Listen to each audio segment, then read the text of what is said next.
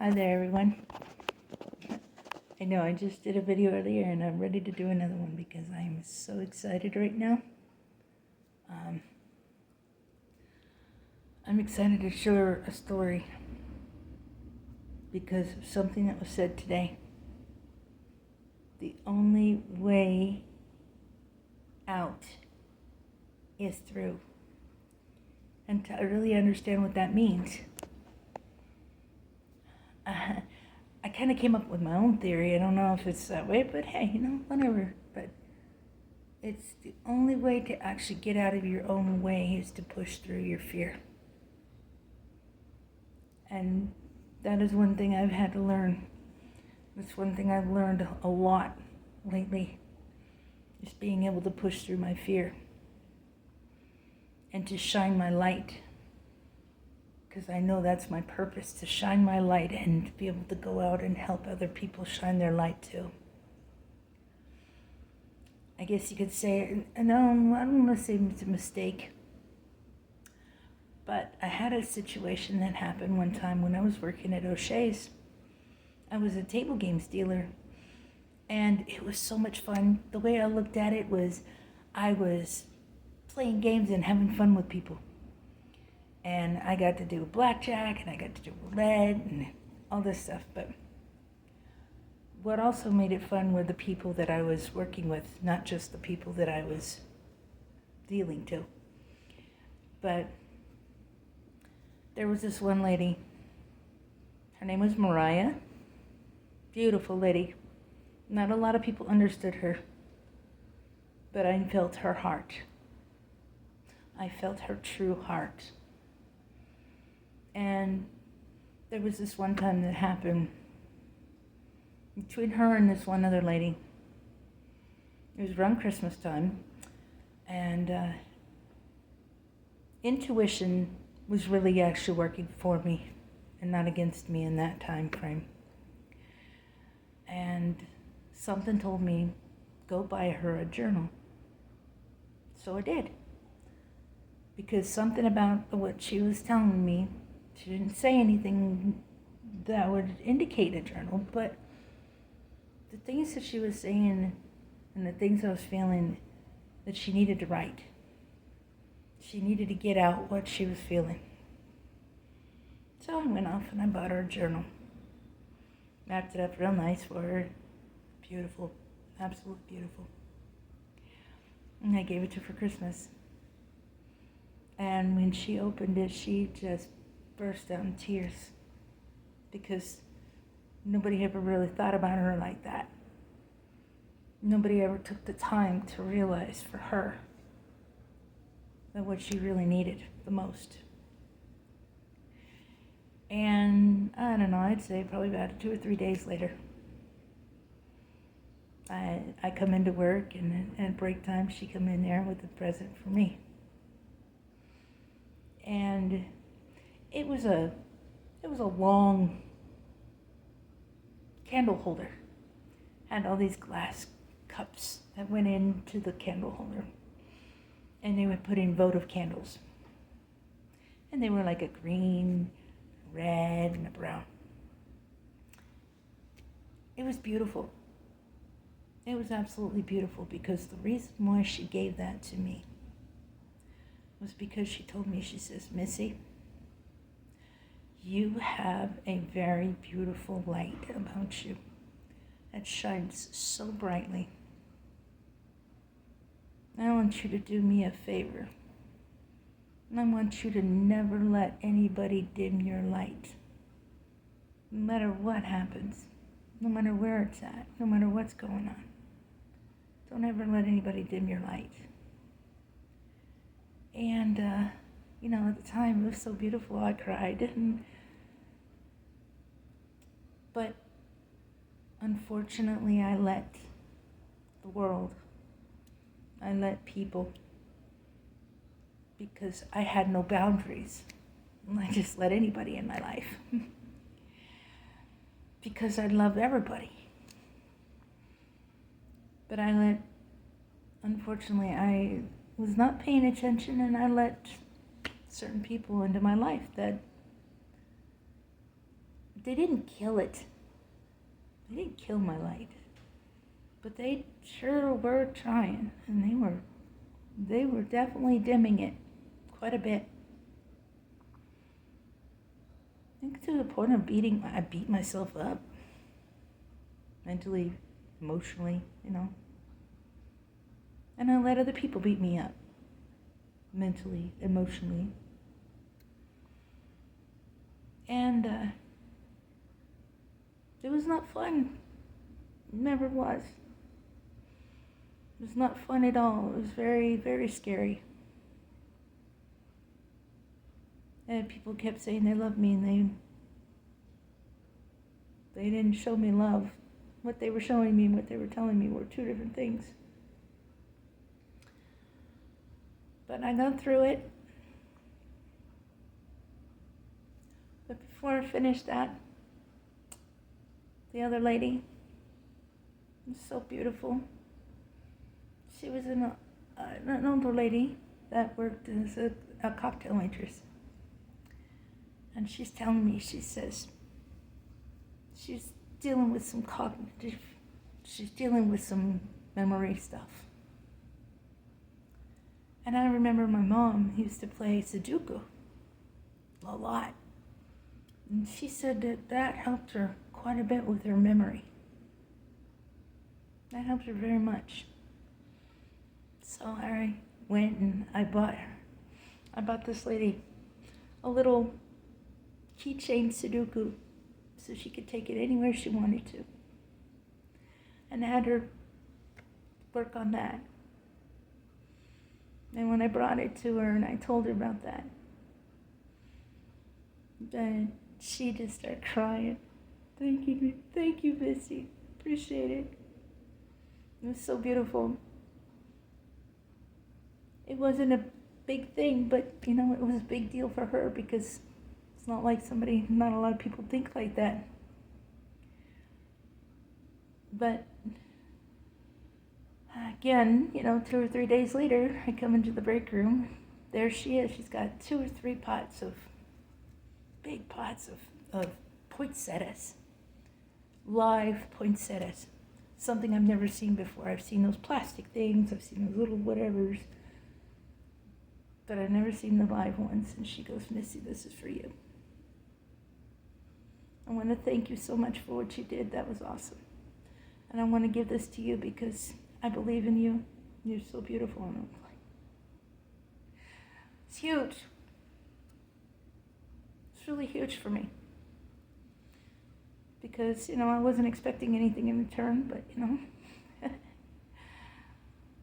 because whenever I see something, it doesn't even matter if it's Christmas or not. When I see something that I know a friend would absolutely love, that's what I would do. I'd go buy it, and I didn't care. Especially if I had the money right then, I'd definitely go and buy it. That's just how I roll. But back to where, the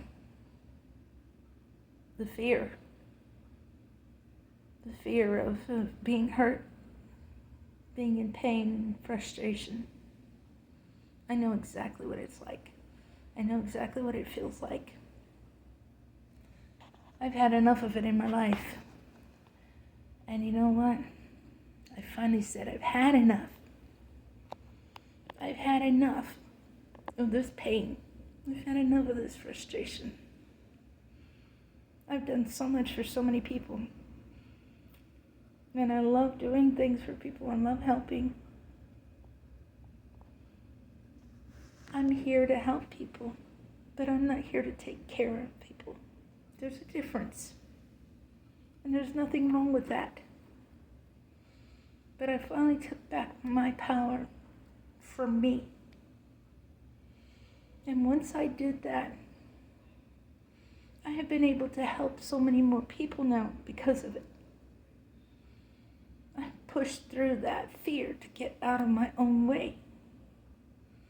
I pushed through all of that to get out of my own way. Because I knew I could. And doing the things that I've been doing with learning the stuff in the last 3.5 years, I've come to realize I've been doing it for a long time, but I didn't have I had the insecurity, unfortunately. So that's where it's at.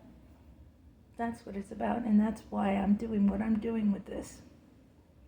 That's why I'm taking these chances and doing what I'm doing to help people. Because I know I can. I can help people grow. I can help people push through their fears and get out of their own way. But that's only if you're willing. That's only if you're ready to say, I've had enough. I've had enough people telling me what to do. I've had enough people pushing me around. I've had enough of the abuse. It's time to get past the abuse. You don't have to be abused anymore. You don't have to be hurt anymore. You can actually be able to do what you do for you and be there for you, and it's not selfish at all. It's not selfish for you to take care of you. Please always remember that, because you deserve the love, you deserve the healing, you deserve all of it. You deserve to have fun in your life. All the people that have been suffering through all this pain because somebody else's fears and somebody else's whatevers. We are here to uplift people. We're here to help people. We don't have to take care of people who don't want to take care of themselves. We don't have to do that. I feel like when you're taking care of somebody, when you're constantly taking care of them, you're not helping them. You're enabling them. You're enabling them to not grow. You're not helping them grow into their own full potential when you're taking care of them like that. They say when it comes to little baby bird, that's in an egg, and you're sitting there watching it crack through, right? And if you try to help that little baby bird out of that egg, you are doing that little baby, injustice. Because what that baby bird is doing is building strength by pushing through that egg so that it can get stronger. Now, I've had to learn this one the hard way. It took me a very long time. But it's the same thing when it comes to people. If we keep doing that, or we keep taking care of the people that don't want to grow, don't want to learn, we are not helping them in any way, shape, or form, because they're relying on you to take care of them. They're relying on you. But what happens when you're not there anymore? What happens if you're no longer available? What's going to happen to them then? What's going to happen there? They're not going to be around much longer anyway. So, and it's not your fault. It is not your problem. It is not your responsibility for them to take care of themselves. It's not your responsibility to take care of them. It's their responsibility to learn how to take care of themselves. It's their responsibility to decide whether they want to heal or not, or want to feel better, or do better, or be better for themselves.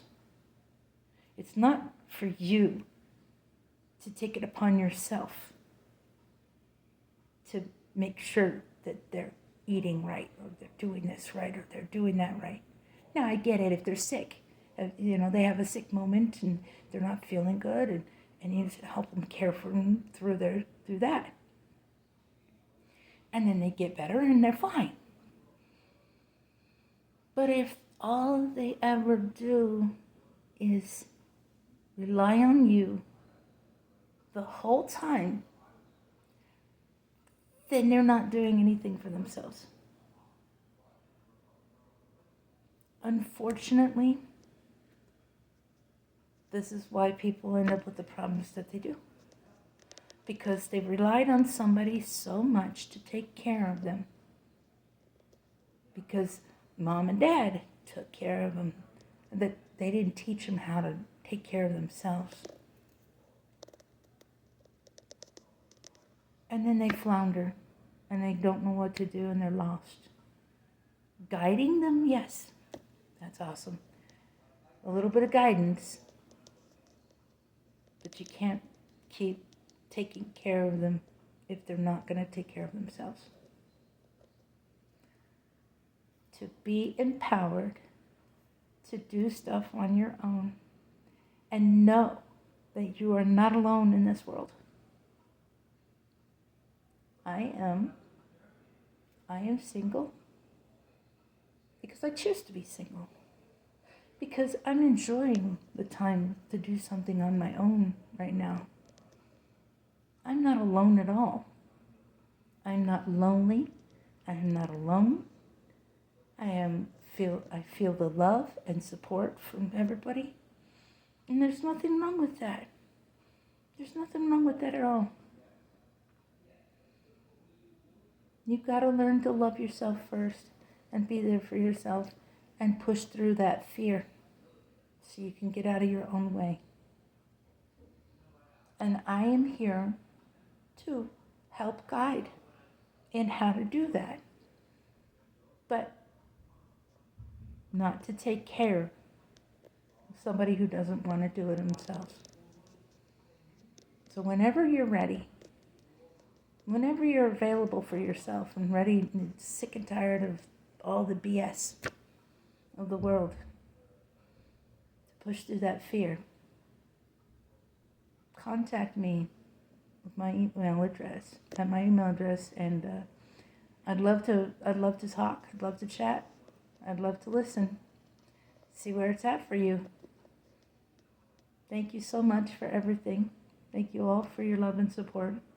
You are all beautiful, and I love you so much. Universal love and namaste.